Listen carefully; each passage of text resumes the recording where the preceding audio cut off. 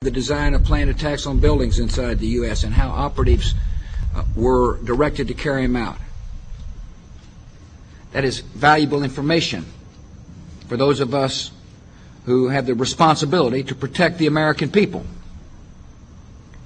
He told us the operatives had been instructed to ensure that the explosives went off at a point that was high enough to prevent people trapped above from escaping. He gave us information that helped uncover Al-Qaeda cells' efforts to obtain biological weapons.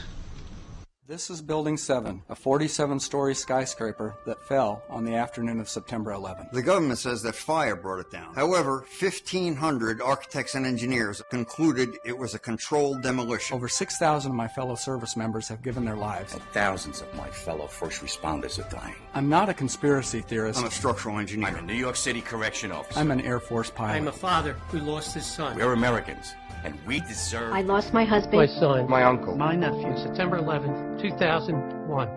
Most people don't know a third tower fell that day. The government says fire brought it down. The collapse of World Trade Center 7 was primarily due to fires.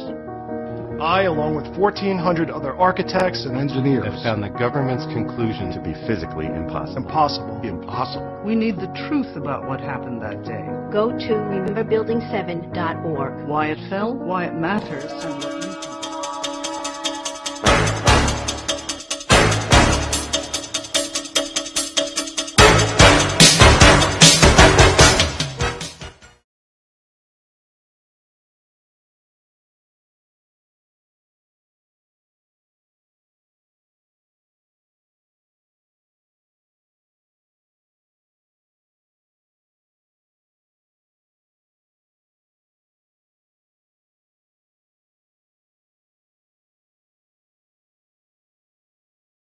The 9/11 attack on America looked so much like a formula action-packed Hollywood disaster movie that it had "Made in the USA" written all over it. The only difference is it used real props and real people. It had terrorist villains, American firefighter heroes, fireball explosions, collapsing buildings, pedestrians chased by dust clouds, and it even had a God Bless America music score. Well-positioned cameras shot the action-packed drama from every conceivable angle. Just a picture of the helicopter landing and the president walking in. And then the 19 hijackers have been Saudi nationals. So in the terrible... He said that he didn't believe that Osama bin Laden... No one has blamed or accused him formally. That how many people worked in the building. The city is confirming that some 265 firefighters are believed. None of us will ever forget this day. People will knock these buildings down, or hear all of it Says America Remembers, Sunday, 85th. The timing, the title, and the eerie advertisement for Harvey Weinstein's Lord of the Rings movie called The Two Towers was a prophetic and disturbing coincidence. Profits from the Two Towers movie were small change compared to the 9/11 reality disaster movie, which has become the world's top-grossing production of all time. The only thing missing are the 9/11 producer, writer, and director credits. But it doesn't take an Enron accountant to figure out who's cashing in. During the first week, the 911 producers made a spectacular fortune just on the stock market alone. How? By knowing in advance that the stocks in airline and insurance companies associated with the 911 crash would fall in value. Using that inside information, they made negative bets on the stock market called put options. Put options are bets that a certain stock will fall in value by a certain date. It's big risk gambling, unless you've got inside information that can turn your bet into a sure thing. But that's illegal if you get caught at it. Put option bets on the decline in 911 related airline and insurance stocks skyrocketed by a whopping 600% just before 911, which means that somebody knew about the attacks before they happened. Who exactly were those somebodies? Merrill Lynch and HSBC, Morgan Stanley Dean Witter, the Bank of America, weapons manufacturer Raytheon, the Lehman Brothers, General Motors, Swiss Re, Munich Re, and AXA Re Insurance Company, which owns 25% of American Airlines. These insiders bought put options through Deutsche Bank. Most demanding clients trust Deutsche Bank to perform. Deutsche Bank, a passion. Buzzy Krongard, the former executive director of the CIA, just happened to be the manager of Deutsche Bank. And so the profiteers from 911 were not Osama bin Laden or his band of U.S.-trained Arabs. They were blue-chip Israeli, U.S., and British businessmen. Within the first week, the 911 producers sucked up $40 billion in box office profits from U.S. taxpayers who were hypnotized, terrorized, and traumatized by the infinite reruns. Think of it as a conspiracy theory true or false test. A. When George W. Bush started his first oil company, who helped fund it? Osama bin Laden's brother and brother-in-law. True or false? B. After a terrorist bomb at a barracks in Saudi Arabia killed 19 Americans, who got the multi-million-dollar contract to rebuild? The bin Ladens. True or false? C. On the morning of September 11, 2001, who was in a meeting at the Ritz-Carlton Hotel in Washington? George Bush Sr. and Osama bin Laden's brother. True or false? Actually, the answer could be D, all of the above. Because believe it or not, as far-fetched as they sound, each and every one of those things, the bin Laden link to the Bush Oil Company, the bin Laden construction contract after the terrorist bomb, and the bin Laden-Bush meeting on 9/11, is true.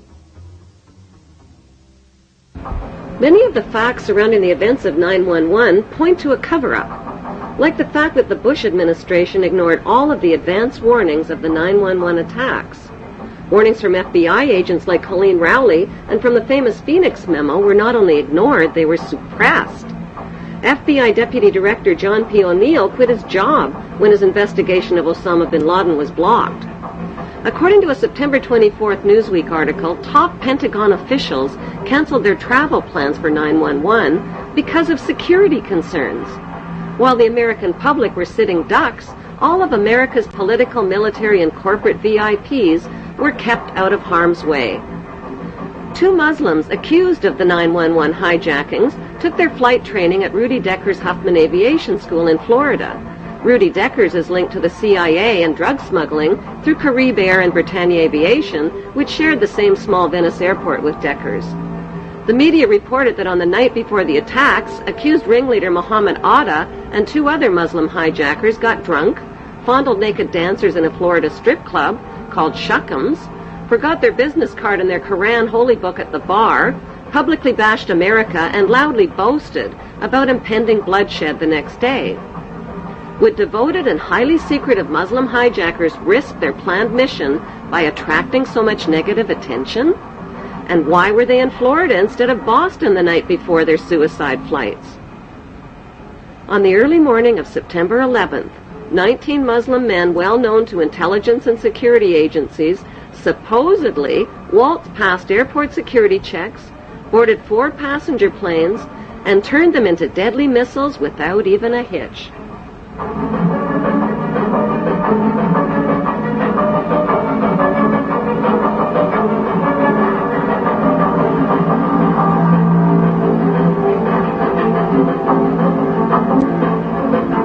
By 8:13 a.m., flight controllers temporarily lost radar contact with American Airlines Flight 11 and reported a suspected hijacking.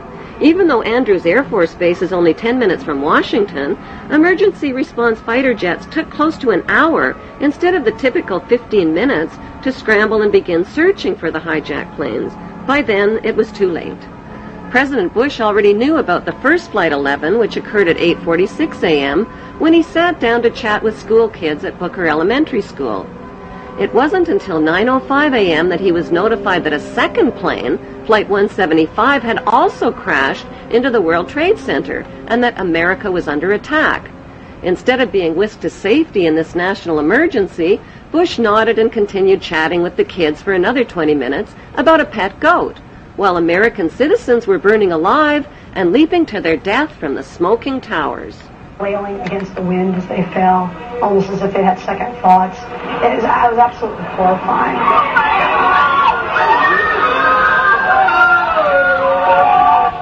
And you don't have to be a conspiracy theorist to wonder exactly what President George W. Bush knew about the attack, and when he knew it.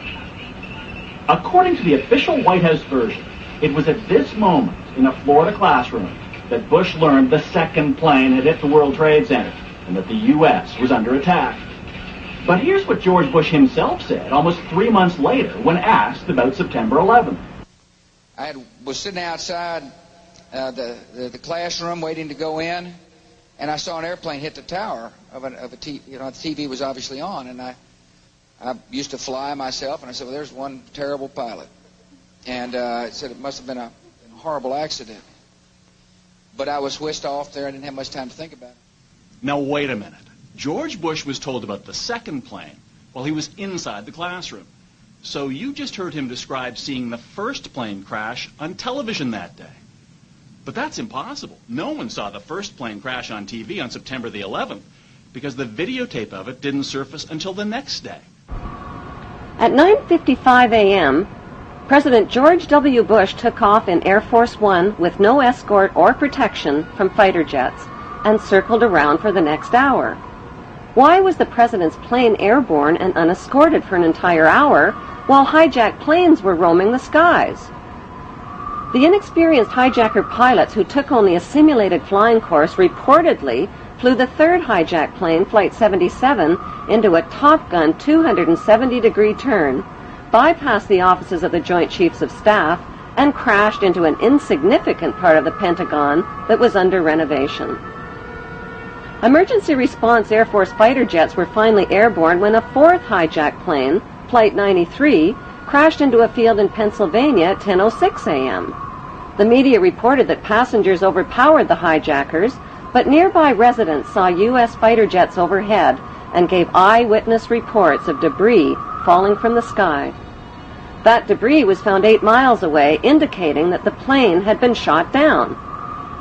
Within hours of the 911 hijackings, a massive Blame the Muslims campaign was launched by CNN and the media and continues to this day. In less than 48 hours, the names and mugshots of 19 accused Muslims were flashed across TV screens.